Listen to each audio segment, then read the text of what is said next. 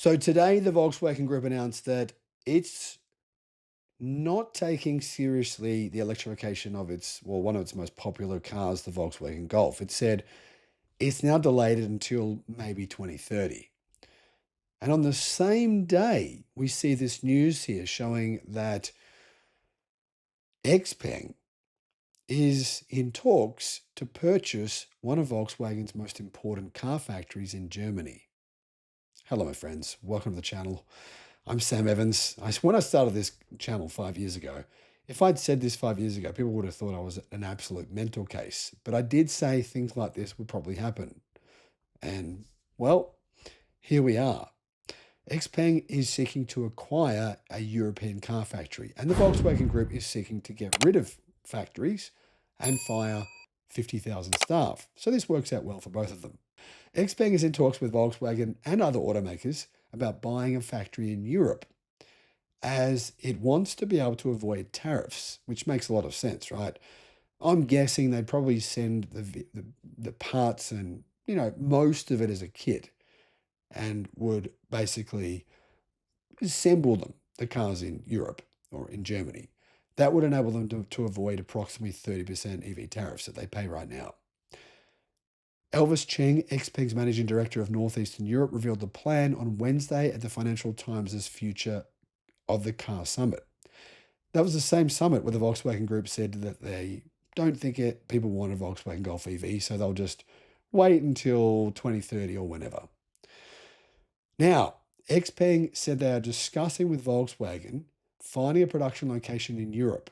And obviously, Volkswagen have mentioned a few times that they are potentially interested in getting rid of one or more of their car factories in Germany.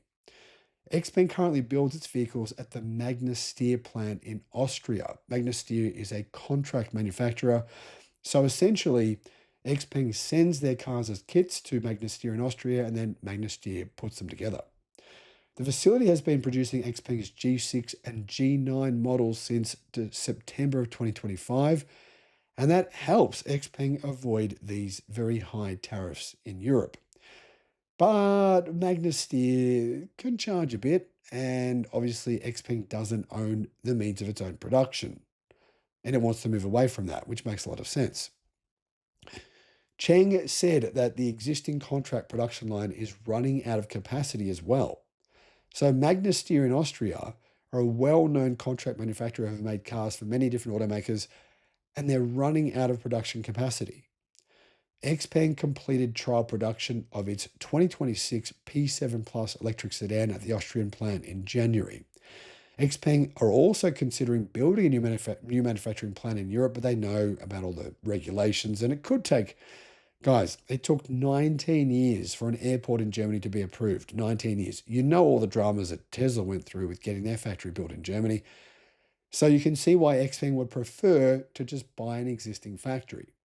Cheng said not all existing factories, though, can satisfy new product requirements, describing Volkswagen's plants as a little bit old. A little bit old. Volkswagen's stock price, by the way, has gone down in the last few days. Could this be a coincidence? Or is there something like where investors are going, well, Volkswagen's car plants are old. Chinese car companies are considering buying them. Volkswagen's going to fire 50,000 staff. Is this company really all that healthy?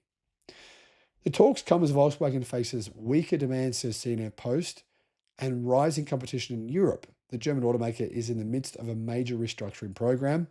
Volkswagen plans to reduce its annual capacity by about 750,000 vehicles by 2030. The company is also seeking to cut a further 500,000 units of annual capacity across Europe, with a focus on underused factories, says CNN Post. But at the same time, Volkswagen Group says they're going to reduce capacity by, what's that? More than 1 million. But they're going to sell 1 million more cars by 2030.